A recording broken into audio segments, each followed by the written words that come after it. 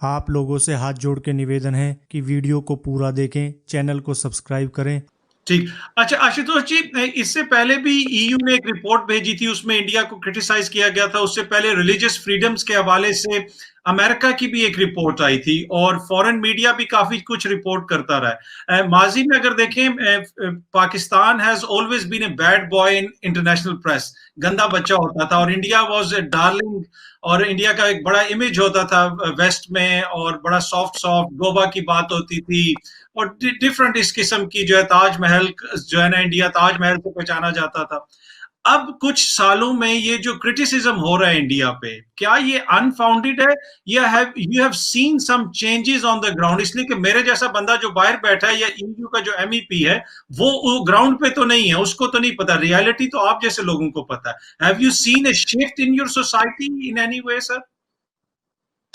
सी देखिए, पहली बात तो हमें कुछ चीजों को समझना पड़ेगा कि अ, दो तीन चीजें। पहली बात यह कि यह बात सच है कि अंतर्राष्ट्रीय मीडिया के अंतर्गत और कुछ जो अंतर्राष्ट्रीय संस्थान हैं, इंस्टीट्यूशंस हैं, उनकी तरफ से इस तरीके की आपत्तियां आई हैं, आलोचनाएं की गई हैं। चाहे वो न्यूयॉर्क टाइम्स हो, वॉशिंगटन पोस्ट हो, इकोनॉमिस्ट हो, या फिर कुछ और इस तरीके के जो प्रेस्टिजियस न्यूज़पेपर्स हैं, न्यूज ऑर्गेनाइजेशंस हैं, मैगजीन्स हैं, उनकी तरफ से लगातार ये सवाल खड़े किए गए हैं कि 2014 के बाद से हिंदुस्तान काफी बदला है, और वहां पर एक तरीके से कह सकते हैं कि ऐसी सरकार है जो शायद अल्पसंख्यक तबकों के बारे में उस नजरिए से नहीं देखती जो पहले सरकारें देखा करती थी। तो इसकी वजह से इसमें कोई दो राय नहीं कि भारत की जो अंतर्राष्ट्रीय छवि है उसको धक्का लगा है। और इसके लिए यह भी कहा जा सकता है कि 2014 के बाद से हिंदुस्तान में काफी तब्दीलियां आई हैं, और ये तब्दीलियां कई स्तर पर हैं। और ये तब्दीलियां इसलिए भी हैं क्योंकि अभी तक की जो सरकारें हिंदुस्तान के अंदर आती रही, चाहे वो कांग्रेस पार्टी की सरकार रही हो या फिर दूसरे गठबंधन की सरकारें रही हो, इन सरकारों की विचारधारा और भारतीय जनता पार्टी और आरएसएस की विचारधारा में जमीन आसमान का फर्क है। इनकी अपनी एक दृष्टि है, और जिसको इन्होंने कभी छिपाने की कोशिश नहीं की।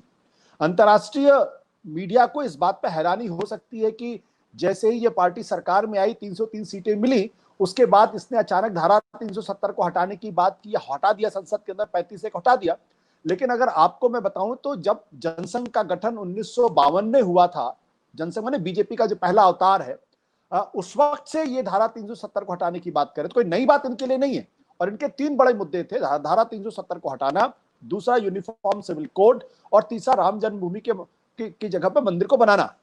और आज की तारीख में मैं ये कह सकता हूं कि धारा 370 में जरूर इनको कामयाबी मिली है। राम मंदिर का मसला सुप्रीम कोर्ट से सुलट गया है और अब वो बनने की दिशा में आगे बढ़ रहा है। यूनिफॉर्म सिविल कोड की दिशा में थोड़ी सी कदम इन्होंने उठाई ट्रिपल तलाक के मसले पे। तो तब्दीलियां हैं, विचारधारा अलग है, इसको लेके काफी प्रतिक्रिया हिंदुस्तान के अंदर भी है और विदेशों में भी इसको लेकर काफी प्रतिक्रियाएं हैं। ठीक। अच्छा सर, आपने कहा कि बीजेपी का ये कोई नया मौकिफ नहीं था ना, जब ये बनी तब से ही बीजेपी के एजेंडा पे इस तरह की बहुत सारी चीजें थी। तो अब जो क्रिटिसिज्म आ रहा है, वो बीजेपी के ऊपर क्रिटिसिज्म तो हम करते हैं, पाकिस्तान में भी करते हैं, बाहर भी करते हैं मोदी जी पे। पर Modi ji is will of Indian people, जो इलेक्टेड वो एक लीडर हैं, और वो उनका ये तो नहीं था कि वो एकदम से आए और उन्होंने ये सब कुछ कर दिया। उन्होंने ये बताया था कि मैं ये करूंगा, एंड इंडियन पीपल ने उनको इलेक्ट किया है। तो ये भी तो फिर हमें रिस्पेक्ट करना पड़ेगा कि ये डेमोक्रेसी की और ये डेमोक्रेटिक विल है। देखिए, भारत में लोकतंत्र है और बहुत ही वाइब्रेंट लोकतंत्र है। यहाँ पे लोकतंत्र सिर्फ पार्टी स्तर के ऊपर नहीं है। अगर आप एक स्टेट से दूसरे स्टेट, दूसरे से तीसरे, तीसरे से चौथे जाएंगे तो आपको खान पान में बदलाव नजर आएगा, भाषा के स्तर में बदलाव नजर आएगा। और हम सब लोग ने मिलकर आजादी की लड़ाई लड़ी, आजादी पाई, और अब एक साथ लगातार हैं साथ में। तो ये लोग, और जब पूरी दुनिया ये कह रही थी कि भारत आजाद हो जाएगा, लेकिन लोकतंत्र यहाँ कामयाब कभी नहीं हो पाएगा क्योंकि इसकी नींव बड़ी कमजोर है। हम सक्सेसफुली यहां तक पहुंचे, 2014 में आए, और 2014 के बाद मोदी जी निश्चित तौर पर आए। और कोई पहली बार ऐसा नहीं था जब बीजेपी का कोई आदमी प्रधानमंत्री बना था। उसके पहले अटल बिहारी वाजपेयी 1996 और 1998, और 6 साल तक वो देश के प्रधानमंत्री रहे थे। तो कोई नई बात नहीं है। नई बात यह है कि 2014 में नरेंद्र मोदी जब देश के प्रधानमंत्री बनते हैं तो पहली बार बीजेपी को 282 सीटें मिलती, यानी अपने बल पर बहुमत मिलता है। This government is not dependent on anybody else for its survival. और जब 2019 में जब उनको दोबारा जनता के बीच में जाते हैं तो 303 सीटें मिलती, यानी पहले से 21 सीटें ज्यादा। इसका मतलब यह है कि डेमोक्रेसी है, लोगों को अगर उनकी विचारधारा, उनकी बातें पसंद है, लोगों ने उनको चुना है, तो हम सबको उसको रेस्पेक्ट करनी चाहिए।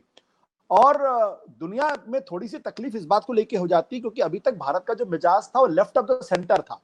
पहली बार वो राइट ऑफ द सेंटर को या राइटिस्ट पार्टी को सेंटर में देख रहे हैं, तो उनके अपने एजेंडे हैं, उनके अपने मुद्दे हैं। कश्मीर पे लेफ्ट ऑफ द सेंटर का एजेंडा हो सकता है ह्यूमन राइट्स का, लेकिन राइट ऑफ द सेंटर और राइटिस्ट पार्टी का एजेंडा नेशनलिज्म का हो सकता है, नेशनल इंटीग्रेशन का एजेंडा हो सकता है। उनकी अपनी एक सोच है उसको लेकर, कभी छिपाई नहीं इस बात को। तो मुझे लगता है कि भारत के अंदर जो लोकतंत्र है, अगर उसमें किसी को इतना बहुमत मिलता है तो हम सबको उसका सम्मान करना चाहिए। अच्छा, दूसरा ये है कि मतलब मेरे क्वेश्चन का एक मतलब ये भी था कि खाली मोदी जी को हमें इल्जाम नहीं देना चाहिए, पूरी सोसाइटी ने, जिसने उनको चूज किया है, वो सोसाइटी को रिप्रेजेंट करें। Would you agree with this कि नहीं? नहीं, देखिए, मैं इतनी जनता को दोष नहीं देता हूं, मैं जनता को दोष नहीं देता हूं। मैं ये कह रहा हूं कि जो लोग सिर्फ नरेंद्र मोदी जी को देखते हैं, शायद उनकी दृष्टि ठीक नहीं है या देखने का तरीका उनका ठीक नहीं है। मैंने नरेंद्र मोदी के 5 साल के कार्यकाल के ऊपर किताब लिखी जिसका नाम है हिंदू राष्ट्र।